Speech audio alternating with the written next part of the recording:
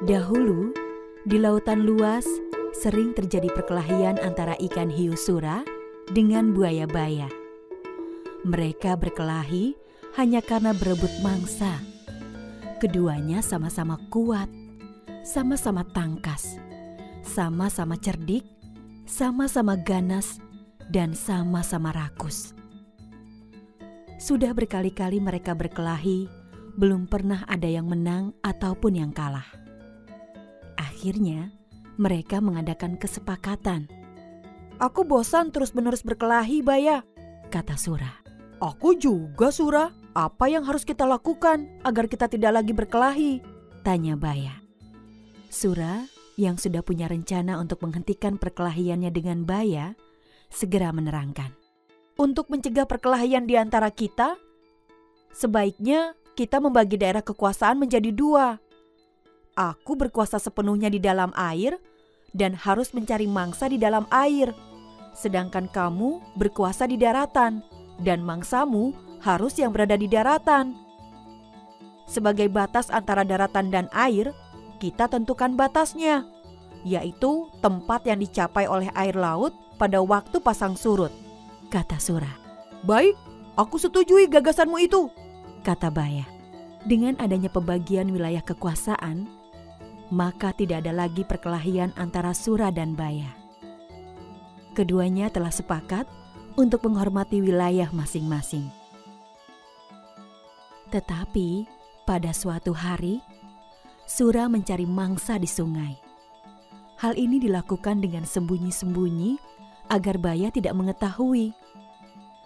Mula-mula hal ini memang tidak ketahuan. Tetapi pada suatu hari, Baya memergoki perbuatan Sura ini. Tentu saja Baya sangat marah melihat Sura melanggar janjinya.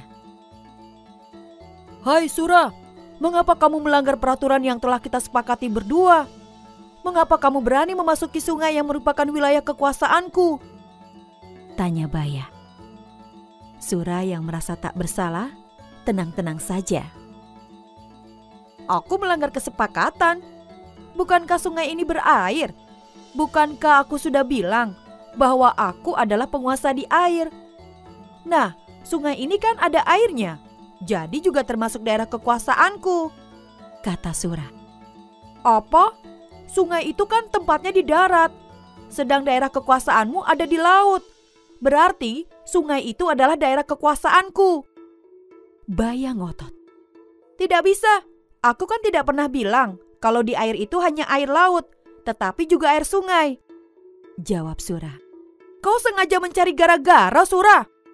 "Tidak, kukira alasanku cukup kuat dan aku memang di pihak yang benar," kata Sura. "Kau sengaja mengakaliku. Aku tidak sebodoh yang kau kira," kata Baya mulai marah. "Aku tidak peduli kau bodoh atau pintar.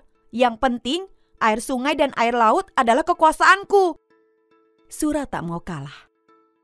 Karena tidak ada yang mau mengalah, maka pertempuran sengit antara ikan hiu Sura dan buaya Baya terjadi lagi. Pertarungan kali ini semakin seru dan dahsyat. Saling menerjang dan menerkam, saling menggigit dan memukul. Dalam waktu sekejap, air di sekitarnya menjadi merah oleh darah yang keluar dari luka-luka kedua binatang tersebut. Mereka terus bertarung mati-matian tanpa istirahat sama sekali. Dalam pertarungan dahsyat ini, Baya mendapat gigitan Sura di pangkal ekornya sebelah kanan. Selanjutnya, ekornya itu terpaksa selalu membengkok ke kiri.